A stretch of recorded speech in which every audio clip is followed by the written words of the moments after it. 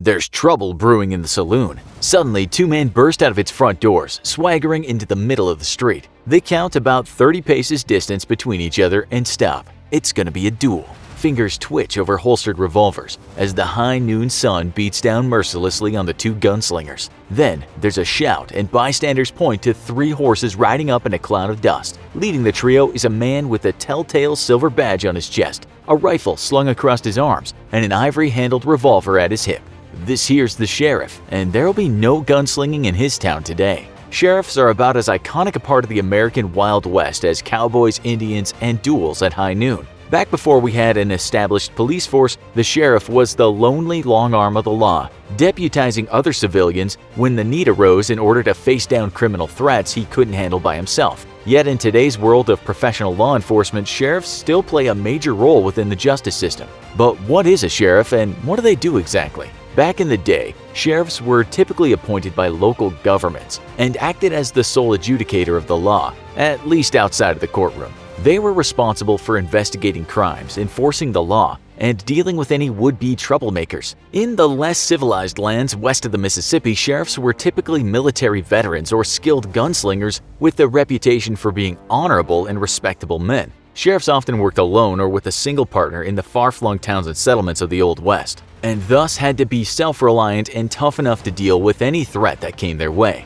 Being a crack shot was just as important as knowing how to ride a horse, survive in the wild, and having a good moral compass and impeccable integrity. For times when the criminal threat was too great for the sheriff alone, he was empowered to deputize civilians, temporarily granting them the same law enforcement powers that the sheriff alone enjoyed. This would even extend to granting immunity from the consequences of using deadly force against criminals who resisted arrest, though was not a blank check for acting with reckless abandon. Deputies too had to be trustworthy and upstanding individuals, and as the Wild West was gradually civilized, sheriffs began to take on permanent deputies who worked as full-time law enforcement. Over the years though, the role of the sheriff gradually shifted as the Wild West and the United States as a whole became more civilized. As towns grew and the world shifted from punishing crime to actively preventing it through an active police force, police departments took over the job of the town sheriff. And armed police officers working beats and making their presence known in the community replaced the town sheriff and his deputies, who mostly remained in their office until trouble arose.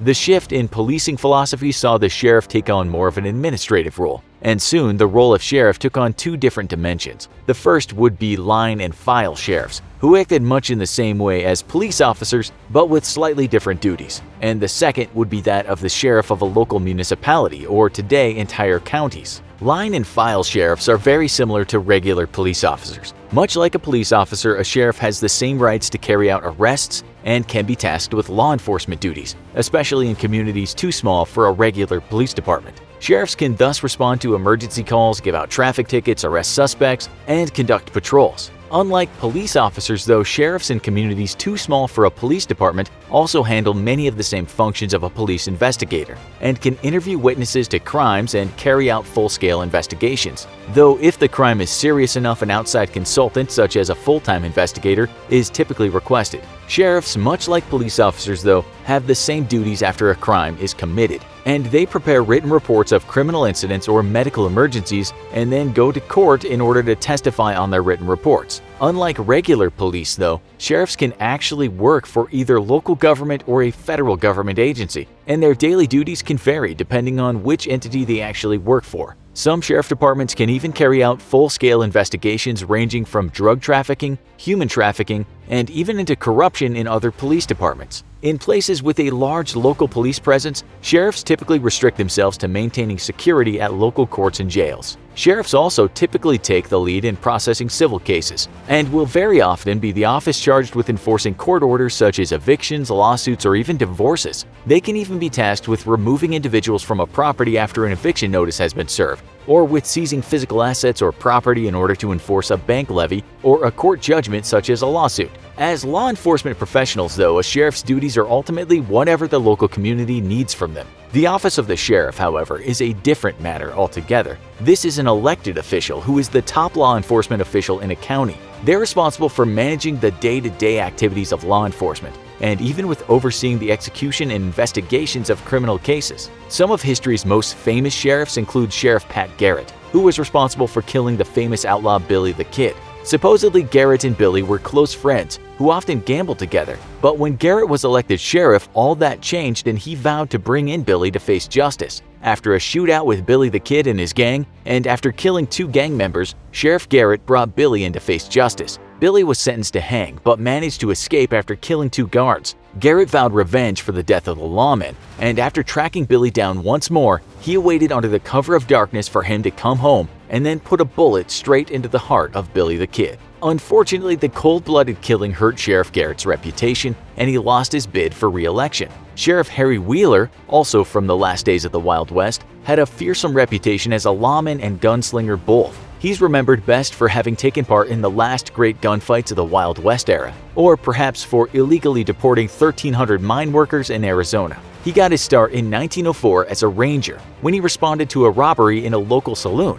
There, Wheeler ran into the escaping crook and the two faced each other down as Wheeler demanded he turn himself in. The thief reached for his weapon, but Wheeler was faster. His exploits would see him rise through the ranks of law enforcement until finally being elected as Cochise County Sheriff. In 1917, he took part of what's considered one of the last shootouts in the Old West, when he and his deputy were ambushed by smugglers they were tracking. All night long, the two groups exchanged gunfire, but in the dark of night, none could find their mark, save for Wheeler. He would shoot one of the smugglers, though if he survived or not would never be discovered, because the other men would lay down covering fire and eventually retreat as the night turned into dawn. Sheriff John Hicks Adams would go on to write his own name in the history books soon after the end of the American Civil War. Originally migrating to California during the gold rush, Adams was elected sheriff when the previous sheriff died and someone was needed to finish his term. Soon after taking office, Adams learned of a group of ex-Confederate sore losers who now paraded around as a criminal gang calling themselves Captain Ingram's Partisan Rangers.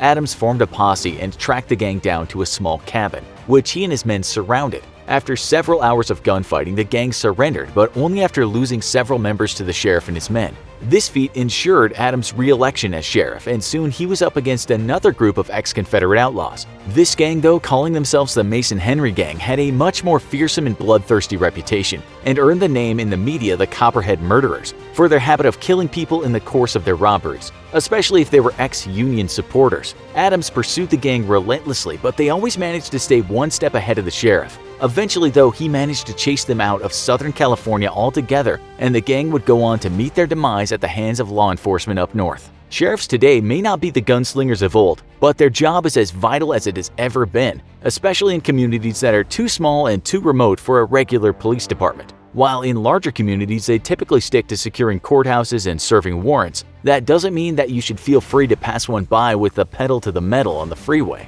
because sheriffs retain the right to carry out all the same law enforcement duties as a regular police officer. Think you've got what it takes to have been an Old West sheriff? Let us know in the comments, and as always, if you enjoyed this video, don't forget to like, share, and subscribe for more great content.